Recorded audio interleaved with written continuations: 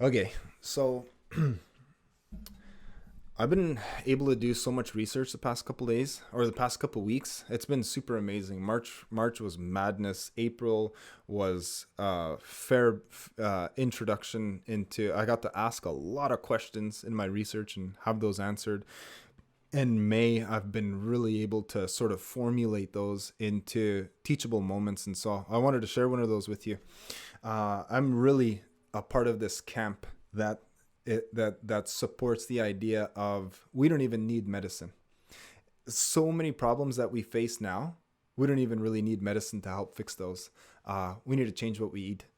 Our diet is so disgruntled. Our diet is so destroyed, and so separated from what it would have been ancestrally that it's one of the primary generators and drivers of so many different diseases. And it has been now, it's not even a belief anymore, but I know and understand through experience now with a lot of different people. This is not just N of one Joe experience. This is my relationships with hundreds of people over the past probably like 2 years that this has really infected the work that we do. It sort of started from a place of you got to meet the medicine halfway. If you want this medicine to work, you're taking diabetes medicine, you're going to have to stop eating pop and chips all day long.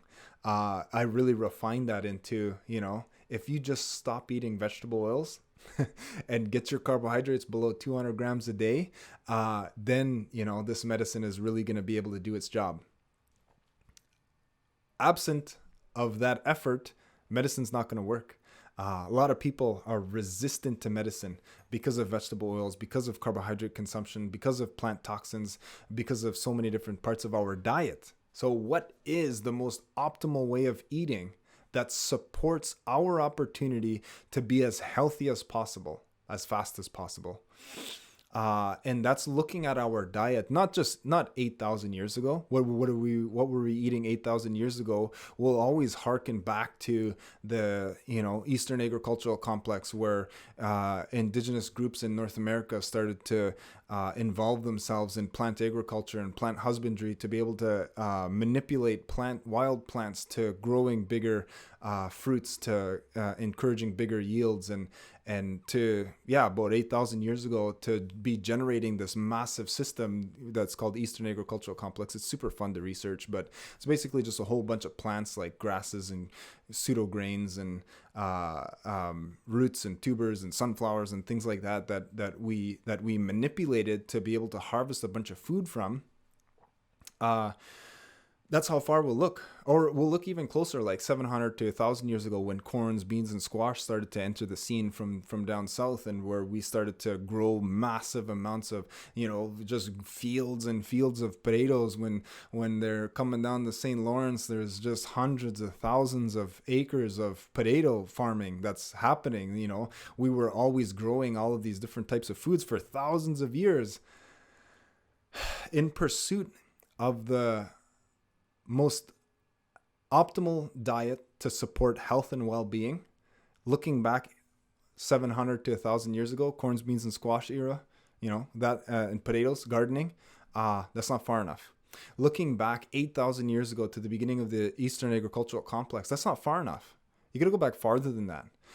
So you got to look at the development of our species. You got to look at the development of Homo sapien as we began to hunt and consume large amounts of megafauna. We were investing tens of thousands of years into harvesting and consuming megafauna to the point where we ran them all extinct. We killed all of the megafauna because we ate them all. So in order to process plants, and I'm not arguing that plants are not a part of our diet. Of course, plants are a part of our diet. I dedicate so much time to harvesting so much of them every single year. We utilize over 200 different species of plants, for sure, on a yearly basis. As a part of our diet, of course we eat plants. It's just the volume of plants that we eat now is completely disproportionate to what ancestrally we were always doing. And so yeah, there was a point in throughout human evolution where we said, okay, we'll start to eat more of these plants. There's a lot more of them available. So what we need to do is we need to start developing larger, heavier tools to be able to process all of these plants. And those large, heavier tools force a community to become sedentary, to become stationary, but allow the community to be able to live in larger quantities. So our communities are able to grow. But the Anishinaabe are responsible for medicine knowledge. Created society is responsible for keeping, maintaining, and understanding medicine knowledge. And one thing to be able to do that is a rejection of gardening, a rejection of this new agricultural lifestyle, and to live in the forest, to live with our medicine, constantly surrounded by it, and to not make permanent structures, to live in an optogram or a wigwam, to live in these not even semi-permanent structures, and to always be traveling from fishing camps to trapping camps to hunting camps, and to be always following animals, and to be responsible for that that knowledge, that the maintenance, the gift of medicine potential, that we in turn provided the rest of the world. And so it really was an absolutely amazing contribution to that we were able to maintain that knowledge and give to the rest of the world. This idea that the whole world kind of looks to the Great Lakes to accessing medicine. And the fact that the Anishinaabe were responsible for keeping and maintaining that knowledge. Anyways, and so I just kind of wanted to explain real quick how important it is to look back, not just 8,000 years ago, but to look back a little bit farther to where we really came from. And where we really came from was from a people who were completely dedicated to harvesting and consuming animals. And then the Anishinaabe lifestyle being a continuation of that, to stay with them, to stay always following the animals and rejecting an agricultural lifestyle, to maintain medicine knowledge. Where we look to achieve that macronutrient profile, and where we look to achieve nutrient density, where we look to be able to get our vitamin A, our B vitamins, where we look to get all of the micronutrients that keep us alive. So macronutrient profile and micronutrient density, where do we achieve those things? And you could, so we need to look at where did our ancestors achieve their macronutrient profile, and where did they achieve their micronutrients? Where did they achieve nutrient density? It was in animal foods. If you're looking at the what our ancestors ate, it's a system called trophic levels. So if you want to identify what a trophic level is of Paleolithic or Pleistocene era ancestor, the worst place that you could look is archaeology. Archaeology is a very poor source, a very poor tool to use to be able to understand the trophic levels of a person, because what you're going to find is you're going to find a bunch of bones, you're going to find a bunch of plants. You're never going to get anywhere near the proper amount as to what these people ate. And so where we need to look into then is in the biology of people. So we need to look at how the body works. So there's a lot of really, really amazing things, really, really amazing places that we could go from here. Everybody probably knows by now that I'm a huge advocate for the Anishinaabe diet. Our historical or traditional way of eating was largely animal-based. And with very, very few plants. And when we did utilize plants in a part of our diet, it was only seasonal. And so we are a huge supporter or proponent of a carnivore diet. And so one of the places that you have to look to is into identifying like what an ancestral diet, what an ancient diet looked like. What did the diet of our ancestors look like? Because you will find plants. You'll find over 200 different species of plants that were always a part of our diet, which they are. They're part of my diet. I have like 180 of them behind me right now. We use and utilize a lot of different types of plants in a part of our diet, but to the level that they are ingested in is absolutely minimal. There are not staples by any mean. The staple is animal foods. Eating animals from nose to tail, eating the organ meats and entrails, always a part of our diet. That was the staple. Everything else that is added to this is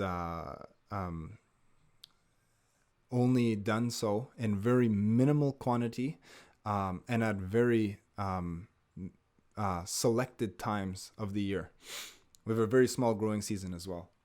You could look at the latitude issue of as closer we are to the equator, the more plants that are ingested. The further we are from the equator, the less plants that are ingested. And we're quite a ways into that northern hemisphere to the point where very minimal amounts of plant matter is ingested historically, traditionally, or ancestrally. You will see that. One thing that you'll never be able to derive from archaeology is the amount of food that was ingested. You'll be able to see the variety, teeth scrapings. You'll be able to see 200 different types of plant matter that we're able to identify just on the teeth scrapings of the Anishinaabe. But how much? We don't know. So in the identification of trophic levels, it is much more appropriate to look at biology. And so in this conversation of primates and us, how come we can't eat like a chimp and be as jacked as a chimp? Well, our digestive system is vastly different than a chimp. And so when you're looking at a chimp's digestive system, the colon is 70% longer. It's 70% longer because it's in the colon that they have this giant fermentation vat that converts all of the fiber from the food that they're eating to fatty acids. Our fatty acid conversion in the small intestine is not even over 2%. We do not digest fiber inside of our small intestine and convert that into energy in the same way that a chimp does. When you're looking at different animals, when you're looking at really high quality foods are absorbed in the small intestine, lower quality foods are absorbed in the large intestine. So lower quality foods being very rich in lots of fiber, fruits and vegetables. Those nutrients are going to be absorbed in the large intestine, but you're looking at high quality foods like animal foods, organ meats and organs and entrails and meats are going to be absorbed in the small intestine, those rich foods. So when you're looking at carnivores, the small intestine is going to be longer and the large intestine is going to be shorter.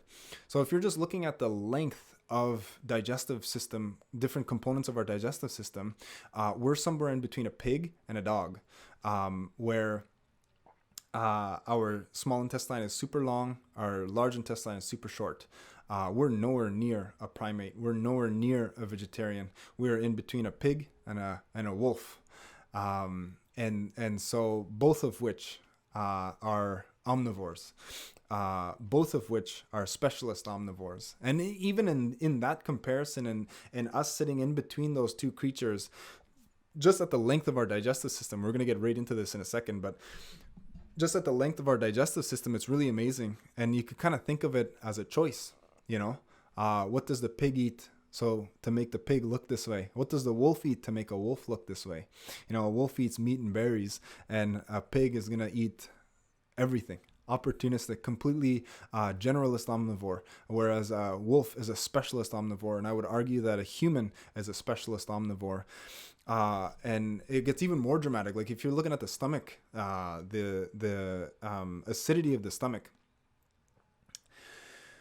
to maintain the acidity of the stomach requires massive amounts of energy. Energy is one of the most important things throughout all of our evolution, throughout the creation and maintenance of us as a species. Energy conservation and energy consumption are two of the most important things. When something costs a lot of energy, it is super important. Like your brain is extremely cost heavy. It requires so much energy to be able to run that thing. But it's also very, very important. So is the stomach acidity. Stomach acidity is super, super expensive. And then to also house that acid inside of your stomach is very, very expensive. Looking at stomach acidity of herbivore, we're looking at a stomach acidity of 5 and 6, which is still on the acidic side. Above 7 is basic, but looking at herbivores, we're looking at stomach acidities between 5 and 6. Looking at carnivores and high carnivores like hyenas and lions and leopards, you're looking at between 2 and 3. And when you're looking at humans, we're between 1.5 and 2, which is on the spectrum as scavengers. So we have the stomach acidity that is more acidic than a high carnivore, that is within the range of a scavenger, and that the reason why we have such an acidic stomach is because of the way that we eat, because of the way that we have evolved as a species. Eating the megafauna, you kill a 20,000 ton animal. You eat this, you and your community will be eating this thing for a month. We'll be eating it for 2 months. And so during that time, the meat will grow pathogens, will generate pathogens. And so one of the reasons why we have such an acidic stomach is to be able to kill pathogens that are coming in. So it has to do with our diet. We were carnivores that were eating, that were scavenging as well, but on our own food. And of course, developing ways to be able to preserve and store food, but to still maintain the stomach acidity is a memory of our ancestors that's beyond the Eastern agricultural complex, that's beyond the introduction of corns, beans, and squash and potatoes and the agricultural revolution that we're in now. The bodies that we're in are the bodies of mammoth hunters. The bodies that we're in are of those that are somewhere in between or a combination of a carnivore and a scavenger. You can even look at the structure of adipocytes, the structure of the fat that we have. When you're looking at obligate or when you're looking at other carnivores, they're going to have lots of small fat cells.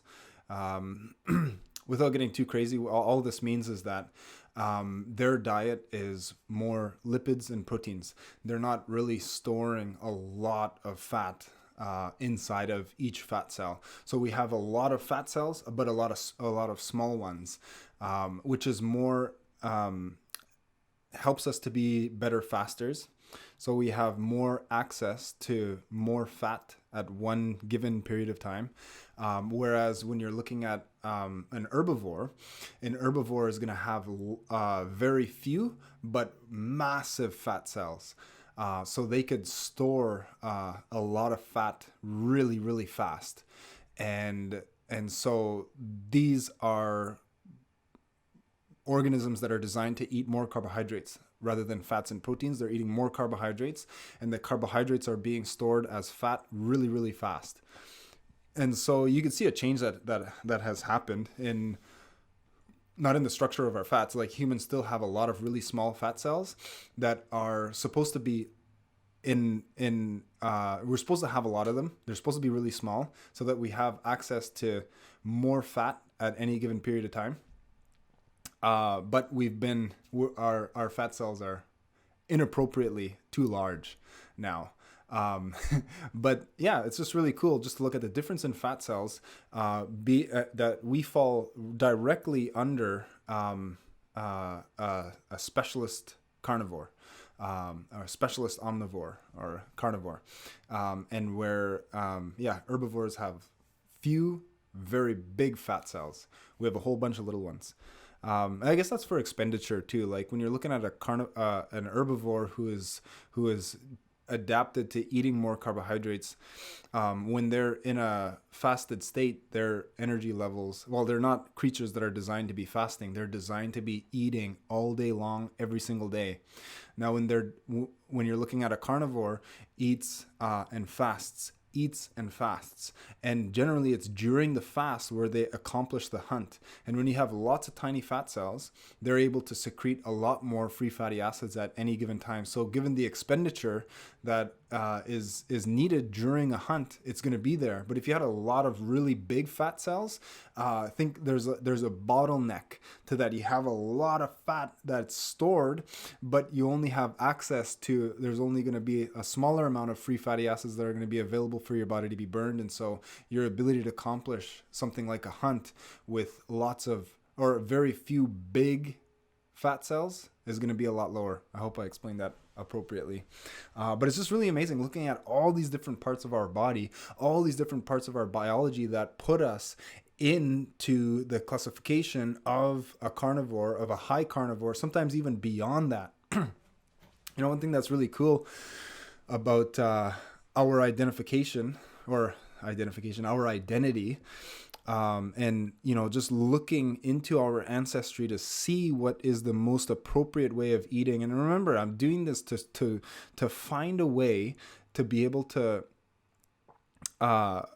eat like our ancestors so that we could heal now, so that sometimes we don't even need medicine. Now, most times we're not going to need medicine at all. We need to be eating appropriately. And so maybe this is a little bit of an archaeological sort of wink. It has been responsible for some things as it pertains to trophic levels. How much of different types of foods did we eat proportion wise? One thing that we've been able to identify that's really, really cool, and this occurs all around the world, but I'll use Africa just because it's a really clear example. You could look at early Homo sapien, some 60,000 years ago, 40,000 years ago, bone remains, collagen remains. You could do a stable isotope analysis. I think it's nitrogen 15, N15, to be able to measure the amount of nitrogen that's inside of collagen tissue. You will be able to determine the amount of protein, the amount of animal protein that organism was eating relative to everything around it. So using this type of measurement, we've been able to look at bone remains all around the world, but this example is really neat, was done in Africa. One of the reasons why it's really neat is because in order to find collagenous tissue that has been preserved, you only find these in caves. The other thing that you find in caves too is hyenas. Hyenas have always lived in caves, and so you could find hyena remains, and you could compare the two. Hyenas, of course, are a higher carnivore, meaning they eat 70% of their energy comes from animals. Over 70% of their energy comes from animals. Humans, we could look to be on the safe side. Around over 80% of our energy comes from animals. And you could see in the caves, looking at the stable isotope presence of nitrogen in collagen tissue, we had more often than not, we had more nitrogen inside of our bones than even a hyena would, which indicates that we were eating more protein, more animal products than even hyenas, which is super cool to think about. But it's just like everywhere you look, the classification of our biology, the classification of our body is within that of a carnivore, in between a carnivore and a scavenger. That's what our body is. Yeah, if you want to look at where your time and energy is spent, it's super, super funny. So if you're looking at if you're only looking as far back to the Eastern Agricultural Complex or corns, beans, and squash, you could look at post-encounter return rates. So, which is basically a measurement of the amount of calories that you get in return for the amount of time that you invest in. So you can measure this as calories per hour. And when you're looking at just wild-crafted plants, if you're looking at plants that you're just picking foraging in the wild, your post-encounter return rates are going to be around, maxing out at between 600 and 1,200 calories per hour. And that's looking at nuts, the most calorically dense food that we have in the wild. So that's only looking at wild crafted plants, plants that are just foraged in the wild, where one of the coolest things that happened well, one of the worst things that happened, I think, is we had this Eastern agricultural complex, really complex ways to be able to maximize different wild plants to increase their yield, to make the seeds grow bigger, to make the patches grow thicker. And we had this ability to manipulate the natural world to provide more food. And we started to do this 8,000 years ago, and did it heavily until about 1,000 years ago to 700 years ago, where we have the introduction of corn, beans, and squash from the south.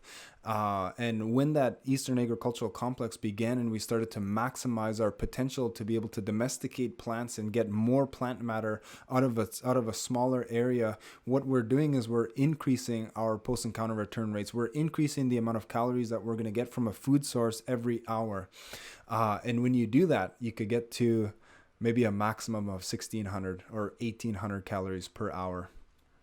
When you're looking at the post-encounter return rates for animals, though, you're looking at Canada goose, 50,000 calories per hour. You're looking at caribou, 25,000 calories per hour. The post-encounter return rates for animals, it's much higher. And you know, one thing that's super amazing about this is if you're looking at the, this is only looking at calories.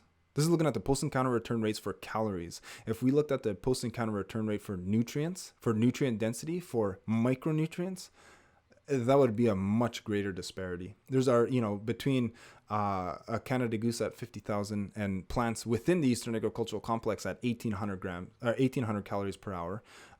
That's already a huge disparity. But if we were looking at micronutrient density, that would be even more so. And then also sometimes even absolutely no return, because there are nutrients that you cannot get from plants that you can only get from animals. The creatine, carnitine, choline, carnosine, taurine, B12, K2, arachidonic acid, all of these different types of nutrients that you could only find in animals would have this micronutrient post-encounter return rate at an absolute zero. So it's really cool because I guess there is some things that we could learn from archaeology, but one of the things that I really wanted to share today is that there is a body that we live in, and there's a diet that this body is designed to eat. And I kind of wanted to give us the opportunity to be able to say, okay, well, whenever we think of a traditional diet, we're only looking back maybe a few thousand years. This is not where this body comes from. This body comes from what we were doing before that. And there was actually like a lot of degradation that began, so so we have this increase in potential, increase in the ability to create this body, who we are now, where we are specialist omnivores, and our biology, no matter where you look at it, tends to put us somewhere in between a scavenger and a carnivore. And this is the body, this is the type of diet, these are the trophic levels of different types of foods that we're designed to eat. And like I said earlier, if you want to be on the safe side, we're looking at over 80% of our food, over 80% of our calories and nutrients coming from animals, which is up there. And then, just to tie a little bow on it, what happens on different continents, the extinction of megafauna happened at different times, 60,000 years ago, 40,000 years ago, 20,000 years ago. Whenever this extinction happened, the prey of the megafauna was plants. When the plants lost their greatest predator, the megafauna, when they're gone because they're extinct, because we killed them all, because we ate them all, now the plants are able to grow, and we started to choose to eat more of them, to choose to develop the technology and the tools, the big heavy tools that we need to be able to process all of this plant matter, to be able to extract our energy from plants now. And it was at that point in our history where our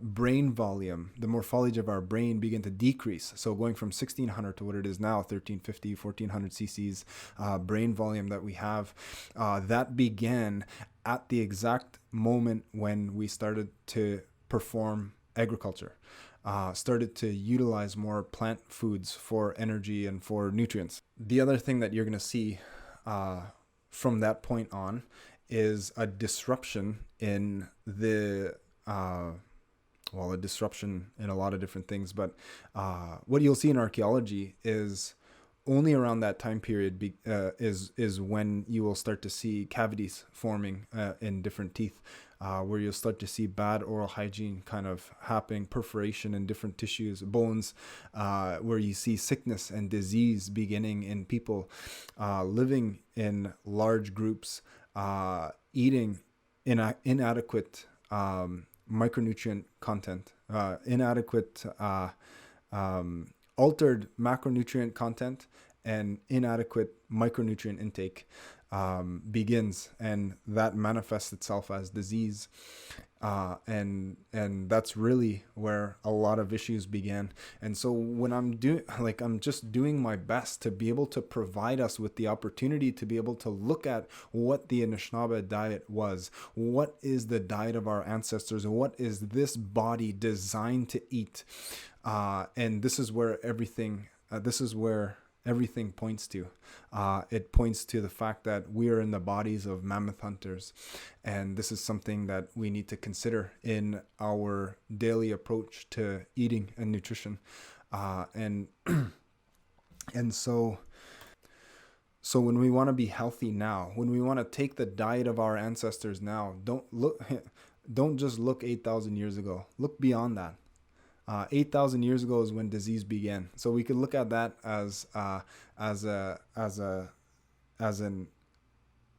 pivotal point that eventually manifested itself into the position that we are now. So yeah, if you want to eat like our ancestors, we're going to be looking at something like carnivore diet, and our experience with this so far has been pretty incredible. The way that we do it now, obviously wild foods would be the absolute best, but there's so much to consider. And I think one of the things that I want to do in some of the subsequent videos to be able to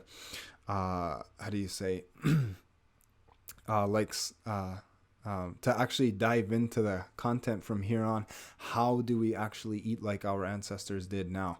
How do we actually eat the way that we always have now? If we're living in downtown Toronto, if we're living in the far north, how do we achieve that macronutrient profile? And how do we achieve the micronutrient density of our ancestors now? What's the closest that we can get to that? And so that's what I want to dive into in some of the following videos. But for this one, I'll just leave it at this for now. Just this sort of development and understanding of where this idea comes from, where this thought comes from. Now let's look into how to actually achieve that.